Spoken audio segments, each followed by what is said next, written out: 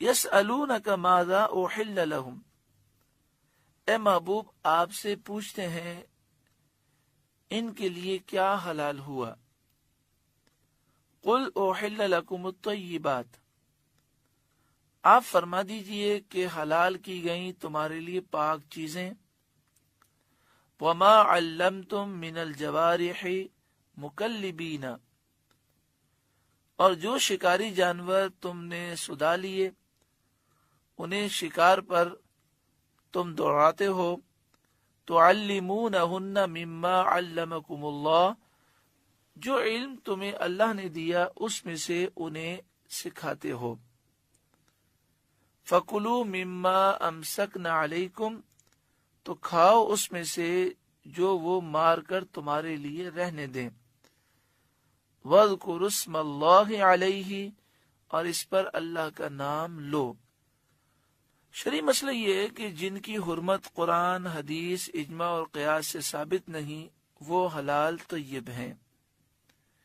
طیبات وہ چیزیں ہیں جن کو عرب اور وہ لوگ جن کی فطرت درست ہے وہ پسند کرتے ہیں، اور خبیث وہ چیزیں ہیں جن سے اچھی طبیعت والے نفرت کرتے ہیں۔ کسی چیز کی حرمت پر اگر دلیل نہ ہو تو وہ حلال ہے، یعنی حرام کے لیے دلیل ضروری ہے، اور کسی کی حرمت پر دلیل موجود نہ ہو تو یہ دلیل کا موجود نہ ہونا ہی اس کے حلال ہونے کی دلیل ہے۔ یہ آیت عدی بن حاتم اور زید بن محل کے حق میں نازل ہوئی، جن کا نام رسول کریم صلی اللہ علیہ وآلہ وسلم نے زید الخیر رکھا تھا۔ ان دونوں صاحبوں نے عرض کیا، یا رسول اللہ صلی اللہ علیہ وسلم، ہم لوگ کتے اور باز کے ذریعے شکار کرتے ہیں، تو کیا ہمارے لیے حلال ہے؟ اس پر یہ آیت کریمہ نازل ہوئی، وَمَا عَلَّمْتُم مِّنَ الْجَوَارِحِ، جو شکاری جانور تم نے سدا لیے، یعنی جن کو تم نے ٹرین کر لیا، مکلبین، اس حال میں کہ تم انہیں شکار پر بھیجتے ہو، تعلمونہن مما علمکم اللہ، جو علم تمہیں اللہ نے دیا اس میں سے ان جانوروں کو سکھاتے ہو۔ فَكُلُوا مِمَّا أَمْسَكْنَا عَلَيْكُمْ، تو کھاؤ اس میں سے جو وہ مار کر تمہارے لیے رہنے دیں۔ وَاذْكُرُوا اسْمَ اللَّهِ عَلَيْهِ، اور اس پر اللہ کا نام لو۔ ابھی شکاری جانور چاہے درندے ہوں، مثلا کتے، چیتے، ان کے ذریعے شکار کیا جائے، یا شکاری پرندے ہوں، باز، شاہین وغیرہ، جب انہیں اس طرح سدا لیا جائے، اس طرح ٹرین کر دیا جائے کہ جو شکار کریں اس میں سے نہ کھائیں، اور جب شکاری ان کو چھوڑے تب شکار پر جائیں، اور جب بلائیں واپس آ جائیں۔ لیکن تین چیزیں ہیں، ایک تو یہ کہ وہ اتنا ٹرین ہو جب اسے شکار پر چھوڑے تو وہاں جا کر صرف شکار پر حملہ کرے، اس میں سے کھائے نہیں۔ دوسرا یہ کہ شکاری کی اجازت کے بغیر شکار پر نہ جائے، جب شکاری ان کو چھوڑے تو وہ شکار پر حملہ کریں۔ تیسری چیز کہ اگر راستے میں سے بھی اگر شکاری بلا لے تو جب شکاری واپس بلائے تو اتنے تربیت یافتہ ہوں کہ فوراً واپس آ جائے۔ یہ تینوں چیزیں پائی جائیں تو ایسے شکاری جانوروں کو معلم کہتے ہیں، ان کا شکار حلال ہے۔ اس آیت سے چند مسائل ثابت ہوئے، جس کا خلاصہ یہ ہے کہ جس شخص نے کتا یا کوئی شکاری جانور شکار پر چھوڑا تو اس کا شکار چند شرطوں سے حلال ہے۔ نمبر 1، شکاری جانور مسلمان کا ہو اور سکھایا ہوا ہو۔ اگر کافر کا ہوگا تو حلال نہیں ہوگا۔ اگر ہے مسلمان کا لیکن اس کی تربیت نہیں ہوئی اور جو شرائط بیان کی گئیں اس شرائط پہ پورا نہیں اترتا تو حلال نہیں ہوگا۔ نمبر 2، اس نے شکار کو زخم لگا کر مارا ہو، یعنی وہ اس پر اس طرح حملہ کرے کہ شکار پر زخم لگائے۔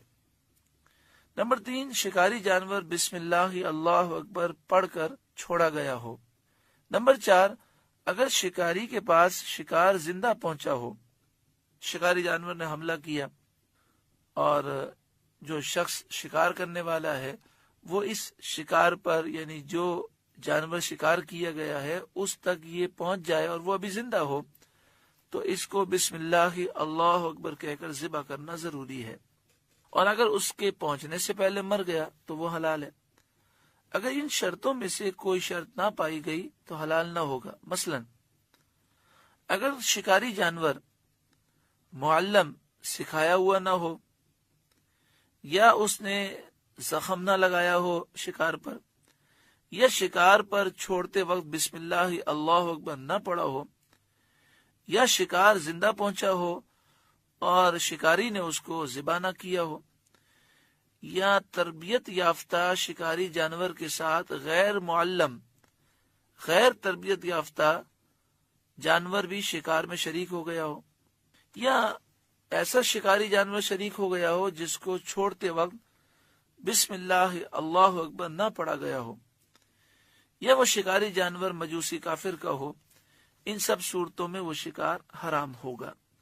تیر سے شکار کرنے کا بھی یہی حکم ہے۔ اگر بسم اللہ اللہ اکبر کہہ کر تیر مارا اور اس سے شکار زخمی ہو کر مر گیا تو حلال ہے، اور اگر صرف زخمی ہوا ہے، ابھی مرا نہیں، اور شکاری نے اسے پا لیا تو اس کو بسم اللہ اللہ اکبر پڑھ کر ذبح کرے۔ اگر اس پر بسم اللہ نہ پڑی، یا تیر لگنے سے زخم نہ لگا، یا زندہ پانے کے بعد اس کو ذبح نہ کیا، ان سب صورتوں میں وہ جانور حرام ہو جائے گا۔ یہ چند مسائل وہ بیان کیے گئے جو اس آیت کریمہ کی تفسیر کو سمجھنے کے لیے ضروری ہیں۔ ہو سکتا ہے بہت سے مسئلے ہمارے بھائیوں اور بہنوں کو سمجھ نہ آئے ہوں، لیکن اتنا تو ضرور سمجھ گئے ہوں گے کہ تیر سے شکار کرنے کے اور شکاری جانور چھوڑ کر شکار کرنے کے چند مسائل ہیں۔ کوئی شخص یہ کام کرنا چاہتا ہو، وہ کسی سنی صحیح العقیدہ مفتی سے رجوع کر کے سارے مسائل سمجھ لے۔ اسی طرح یہ بھی سمجھ لیں کہ ہمارے اکثر ائمہ اور بزرگان دین کے نزدیک گولی سے اگر شکار کیا جائے گا تو اس سے شکار درست نہیں ہے، وہ جانور حلال نہیں ہوگا۔ گولی سے یا پتھر سے یا ایسی چیز سے جس میں دھار نہ ہو، اور اگر صرف زخمی ہوا ہے، ابھی مرا نہیں، اور شکاری نے اسے پا لیا تو اس کو بسم اللہ اللہ اکبر پڑھ کر ذبح کرے۔ آگے ارشاد فرمایا واتقوا اللہ، اور اللہ سے ڈرتے رہو، ان اللہ سریع الحساب، بے شک اللہ کو حساب کرتے دیر نہیں لگتی، بے شک اللہ جلد حساب لینے والا ہے۔